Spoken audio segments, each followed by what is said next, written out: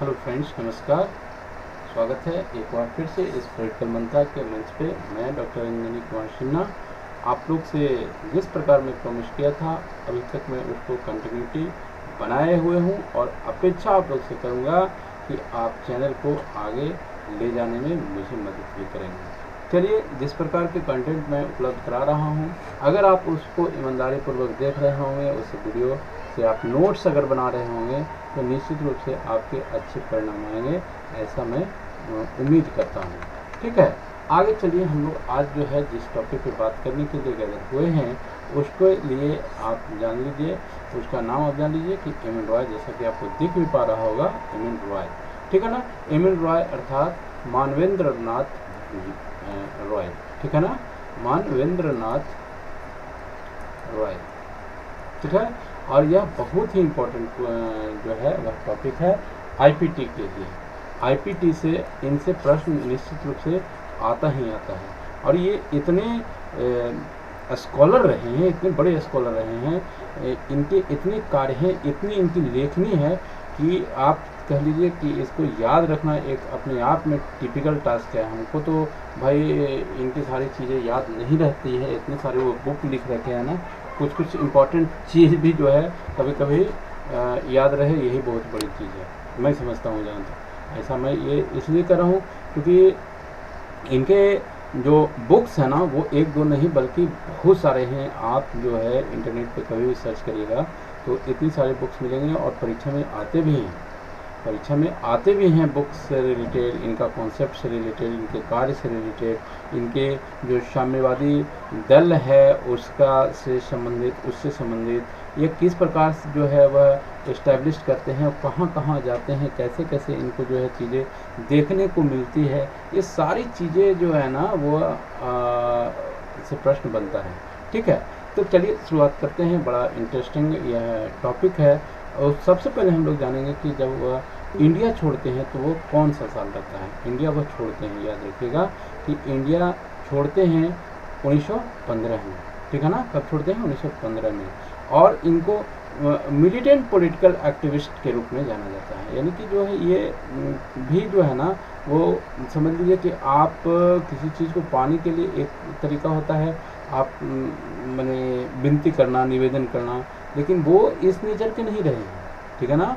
वो कहते हैं कि अगर जो है ज़रूरत पड़े तो जो है उसे ज़बरदस्ती छीन लो, उसको जो है गोली बंदूक अगर चलानी पड़े वो भी करो। इस तरह के माने गर्म स्वभाव के ये भी व्यक्ति रहे हैं, ठीक है ना। अच्छा, आगे चलते हैं, हम थोड़ा सा बात करते हैं। जून 1916 में जब वह पहुंचते हैं कहाँ, सैन फ्रांसिस्को में, तो जो है अपना नाम चेंज कर लेते हैं। और यह नाम जो है वो चेंज किया नाम है, याद रखिएगा। इसके पहले जो है वो दूसरे नाम से जाने जाते हैं और यह दूसरा नाम आप खुद मुझे कमेंट करके बताएंगे। ये आपका जो है होमवर्क है कि मानवेंद्र नाथ रॉय का जो है प्रीवियस नाम क्या था, जिसको वह सैन फ्रांसिस्को में जाते हैं तब जो है वह चेंज कर देते हैं, ठीक है ना। कब चेंज करते हैं? जून 1916 में चेंज करते हैं, है ना। अच्छा, चलिए देखिए, यहाँ पर मैं थोड़ा सा यहाँ पर लिख भी दिया हूँ बाद में कि नरेंद्र नाथ भट्टाचार्य के रूप में जाने जाते हैं। खैर ठीक है, अगर आप नहीं भी जवाब दीजिएगा तो आपको यहीं से जो है आंसर दिख जाएगा कि उनका पुराना नाम जो था क्या था, तो नरेंद्र नाथ भट्टाचार्य था, ठीक है ना, याद रखिएगा, ठीक है। और अगर आपको पहले से ही याद था तो भी आप लिख सकते हैं कि हाँ सर हमको पहले से पता था, ठीक है। और यहाँ पर एक चीज़ और रखिएगा, लेनिन की एक पार्टी हुआ करती थी और लेनिन की पार्टी का नाम जो था इंटरनेशनल कम्युनिस्ट पार्टी कहते थे, ठीक है ना। उसका क्या नाम था? इंटरनेशनल कम्युनिस्ट पार्टी, जिसका दूसरा नाम क्या था? कॉमिंटर्न। कॉमिंटर्न बोले या इंटरनेशनल कम्युनिस्ट पार्टी बोले, ठीक है ना। दोनों का जो है एक ही होता है। जैसे आपका सर्टिफिकेट में नाम कुछ रहता है ना और घर में कुछ पुकारो नाम कुछ और होता है, वही आप पकड़ के चलेंगे कि इंटरनेशनल कम्युनिस्ट पार्टी को ही जो है वह कॉमिंटर्न भी कहा जाता है। और इससे वह कब ज्वाइन करते हैं, इसे कौन कब ज्वाइन करते हैं? M N Roy. M N Roy कब ज्वाइन करते हैं? तो वह 1920 में इसको ज्वाइन करते हैं। और इसी समय आसपास जब लेनिन का डेथ हो जाता है, ठीक है ना, तब फिर स्टालिन जो है उस पार्टी के जो है वह हेड बन जाते हैं। और लेनिन एक व्यक्ति इस तरह के थे ना कि वह कुछ सोचते थे, पढ़ते थे, समझते थे, और तब जो है वह किसी चीज़ पर काम करते थे, ठीक है। लेकिन स्टालिन का जो स्वभाव था ना, वो स्टालिन एक डोमिनेटिंग नेचर का व्यक्ति था। वह चाहता था कि हम जो इसे कहें वही सारा चीज़ें करते रहे, किसी को वो सुनने के पक्ष में नहीं रहा करते थे, ठीक है ना। तो ये दोनों के स्वभाव में अंतर था। तो जब स्टालिन लेनिन के डेथ के बाद जो है वह उस पार्टी के अध्यक्ष के रूप में कार्य करते हैं, तो वह रॉय को कहाँ भेज देते हैं? चाइना भेज देते हैं। चाइना भेजते हैं कि जब वहाँ ये स्टडी करके आओ कि जो है वह किस तरह की व्यवस्था है, ठीक है ना। लेकिन चूँकि विचार डिफर करते हैं, इस कारण से जो है वह काफ़ी अच्छे दिन नहीं गुजरते हैं, और इसी कारण से जो है 1929 में वह छोड़ देते हैं कॉमेंटर एमन रॉय, ठीक है ना। और इनके जो रॉय लेनिन एक डिबेट जो चलता है वह काफ़ी प्रीवियस क्वेश्चन भी है ना, उसको भी आप ध्यान रखिएगा। मैं इसमें लिख भी रखा हूँ कि जो है वो किस पे बेस्ड था। तो चलिए मैं यहीं पर लिख देता हूँ, वह कोलोनियलिज्म, ठीक है ना।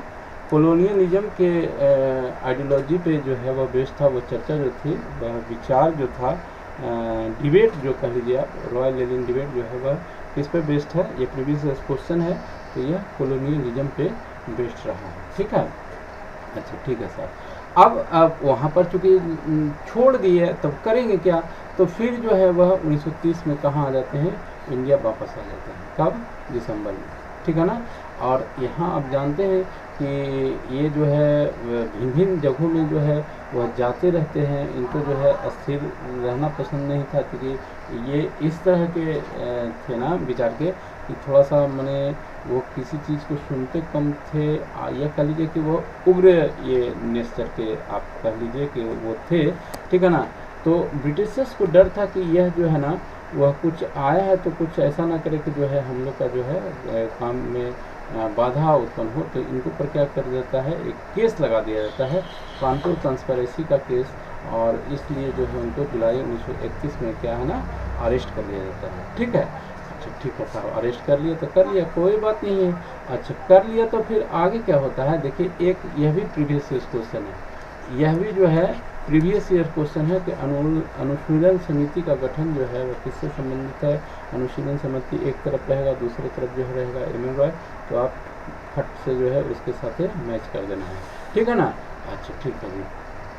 अब जो है एक और यहाँ पर चीज़ देख लीजिए, बहुत इम्पोर्टेंट चीज़ लिखा हुआ है, क्या है? जगर्टर ग्रुप। जगर्टर ग्रुप जो है उसकी स्थापना जो है जतिन मुखर्जी नाम के व्यक्ति के द्वारा किया गया है, जिससे यह संबंधित भी रहे हैं, ठीक है ना। एक यहाँ पर नाम देखिए, एवलिन ट्रेंट। एवलिन ट्रेंट जो है वह जो एमएन रॉय के जो आप कह लीजिए जो गाइड होते हैं ना, प्रोफेसर जो होते हैं, और उनको वो जो है एक स्टूडेंट होती है एवलिन ट्रेंट, ठीक है ना, वो इंट्रोड्यूस कराते हैं एमएन रॉय से, और वो दोनों इतने करीब हो जाते हैं और उनके विचार भी मिलते हैं बहुत सारे, ठीक है ना।